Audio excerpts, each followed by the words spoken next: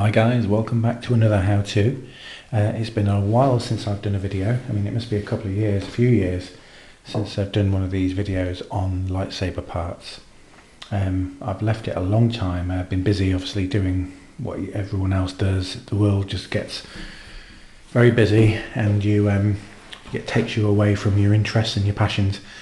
Today I wanted to do a video specifically about the Armitage Shanks starlite hand wheel. If you're a lightsaber enthusiast or a collector of parts, or you make your own lightsabers, or you're into sort of sabers that that light up, your kind of force effects style, commercial type, you'll know that the original lightsaber was made of many different parts. The Obi-Wan lightsaber specifically, from Star Wars: A New Hope. And the bottom, or the pummel they call it, was the Armitage Shanks starlite hand wheel. If you go online, you hear lots of people talk about it on the chat rooms about how what they know about it. Often these people have never owned one. They just go by the fandom pages, which has a lot of descriptions of the sizes and the types and the age of the pummel when it was first made, so on. But one of the biggest questions or things that are out there, as people often say, especially in the States, that they can't get hold of one. Now I'm from the UK, so unfortunately that's where Armitage Shanks were based and made their products in the 70s and the 80s. Sorry, the 60s, the 70s and the 80s. So we're fortunate to live here because you get remnants of old plumbing parts, and you see them on Facebook and in the paper and online as well, in eBay, people selling these things. I don't think, as I said, it's not as common in the States because they would have to import it. But I set myself a challenge. I had a few of these original Armitage hand wheels, and I decided to see if I could get a few more and see how easy it was to obtain them in the UK. And as you see, I've managed to get a few, and this took me about 6 weeks to acquire all of these. Apart from this one, I'll take this one out of the way. That's kind of an old one I've had lying around. So they come in sets most of the time. You get them in like this example I've got at the back here, usually on a bath set or a tap set. What I did was ask the seller to just send me the pummels, and I'd pay them what they were asking for the whole thing. It's cheaper to post, and I don't want the taps themselves. I just wanted the pummels. They're the part that people obviously want. So the reason I bought this on whole, because it was mint and it came in its original box, which I'm just going to show the corner of there. I'm not going to fit it all in, but there you go. So I got that one because I thought I might want to put that in at some point, maybe into a bath, because it's original condition from the 70s, and I just thought it would look nice. So I got that one, not to use the pummels of. So I wanted just to also talk about the sizing of the pummels. As I said, you get lots of people online in there. They say they're experts about these things. But to actually hold them and size them up and compare them, you have to really hold them in your hand. There's no way of claiming you're an expert or someone that knows about these things unless you actually buy one and own one. Even the replicas that you get online are an adaptation of the original. The Obi-Wan Old Ben, or I think that's what they call it, the force effects or light effect sabers, the ones they use for sort of dueling with. They've got like kind of an adaptation or a copy of what it would be, and some claim they're taken from an original cast, but they're not the real thing. They've obviously been adapted because they've got to house electronics. So the Armitage Shanks hand wheel came in 2 different sizes and different styles, different colours. They weren't all chrome. Also, there are other things as well to do with the date they were released or manufactured. There's differences. Starting with the original Armitage Shank hand wheel from 1965, circa around that period, like the one here, this one, which I've removed the cap. on it just to show the insides. They had a metal frame inside, or a core, that could be unscrewed. So this part, this part here and this part here can actually unscrew.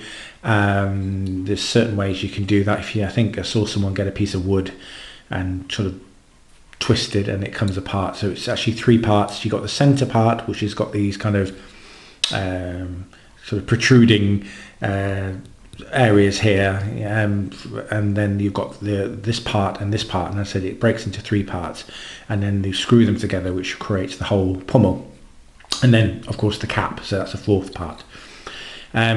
So sizing, there's 2 sizes, so I'm going to compare like for like. The best one is to do these 2. This is the one for the bath, and this is the one for the sink. Now, if I put them together, it's really difficult probably to see on camera the difference. It's negligible, isn't it? But if you put them this way, you can see the different. One will fit snugly into the other, and that's the difference in sizes. These 2 are later. I think they'll be about 1975. They stopped using the metal insert by then, cheaper to produce. They stopped also using just the C and the H for cold and hot, and they put their Armitage Shank logo on them, slightly more domed as well. The cap, the pummel cap, the original 1965 version would have been flatter, so it wouldn't have had that dome, and obviously yes, it had the usual C and the H that you might see on other versions of this. That shows it's the earlier version. Very difficult to get hold of even in the UK, those original versions. I think they're all snapped up as soon as the internet kind of caught fire about these things. People did tend to buy them, enthusiasts, and people know what they've got now.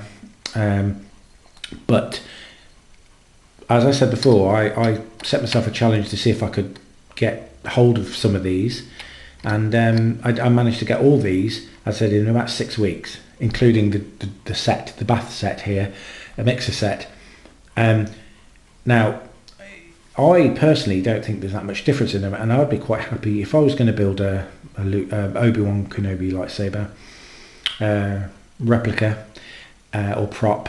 I wouldn't be that bothered to, if I used the larger one rather than the smaller type, which was actually favoured in the actual original prop.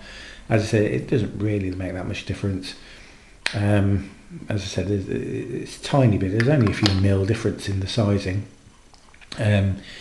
But if you're a real stickler, yeah, I can see why you want to be authentic to the actual prop itself. But for me, I've made replica sabers with using these. They're easier to get hold of, as I said. They're not as coveted, and more of them. And yeah, it's up to you. But I find that there's not much difference in it. Not noticeable unless you've got a real keen eye and you know about these things.